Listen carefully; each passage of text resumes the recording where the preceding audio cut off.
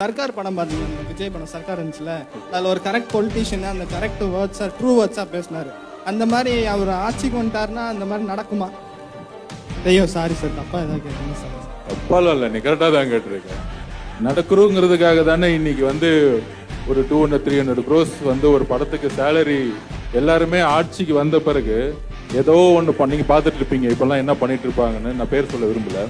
ஆனால் யாராச்சும் இப்போ நீங்கள் போய் கூகுளில் போய் ஒரு 10 லட்ச ரூபா சேலரி வாங்குறீங்க, ஓகேவா? திடீர்னு நான் டிவிக்கில் ஜாயின் பண்ண போகிறேன், 10 லட்ச ரூபா சம்பளம் தொட்டு உங்கள் அம்மா என்ன சொல்லுவாங்க?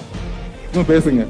10 லட்ச ரூபா சம்பளம், அமெரிக்காவில் விசா கிடச்சிருச்சு, டிவிக்கில் கட்சியில் ஜாயின் பண்ணு உங்களுக்கு தோணுது, உங்கள் வீட்டில் என்ன சொல்லுவாங்க?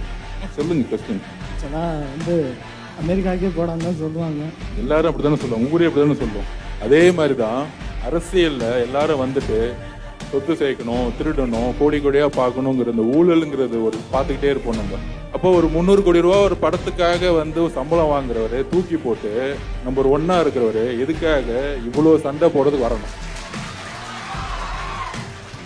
Simple answer. ஒண்ணுமே இல்லாம ரிட்டையர்மெண்ட் ஆயிட்டு வர்றவங்களை பார்த்துருப்போம். எல்லாத்தையும் விட்டுட்டு ஒரு பொசிஷன்ல நம்பர் 1 இருக்கிறவங்க எல்லாம் தூக்கி போட்டு இங்க இருக்கிறவங்களோட சண்டை போட்டுக்கிட்டு டெய்லி திட்டு வாங்கிட்டு அப்படி ஒருத்தர் எதுக்காக வரணும்? அவர் சின்ன வயசுல இருந்தே எவ்வளவோ தவறுகளை பார்த்துருப்பார். இப்ப நான் இருக்கிறேன், அண்ணன் இருக்கிறாரு, எல்லாம் இருக்காரு. அதை விட்டுருங்க, இவ்வளவு பெரிய காலேஜ் ஓனரா இருக்காரு, எதுக்கு இதெல்லாம் விட்டுட்டு சண்டை போட வராரு? நான் அரசியலுக்கு வரேன், ஃபைட் பண்றேன். சரி, எம்எல்ஏ ஆகிறோம், எம்பி ஆகிறோம். எம்எல்ஏ ஆகணும் என்ன சம்பளம்? 2 லட்ச ரூபா சம்பளம். நீங்க கூகுளில் போனீங்கன்னா 10 லட்சம் சம்பளம் கொடுப்பாங்க. எம்எல்ஏனா 2 லட்சம் சம்பளம், எம்பி ஆனா 3 லட்சம் சம்பளம். எதுக்காக? சேஞ்சஸை பண்றதுக்காக.